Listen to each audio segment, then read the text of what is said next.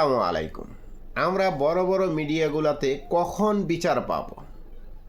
মিডিয়াগুলো যখন সংবাদ প্রচার করে তখনই তো পুলিশ জানে বা পাবলিক জানে। পাবলিক অনেক সময় ক্ষেপে বা অনেক সময় বড় বড় যারা অপরাধী ওদের অ্যারেস্ট করে। এই যে দেখেন, নরসিংদীতে একটা মেয়েরে ৫-৬ জনে দর্শন করছে। দর্শন করার পরে যাই হোক, আবার আসছে। গরিব ফ্যামিলির মেয়ে, এখন কি করবে? বিচারের জন্য গেছে।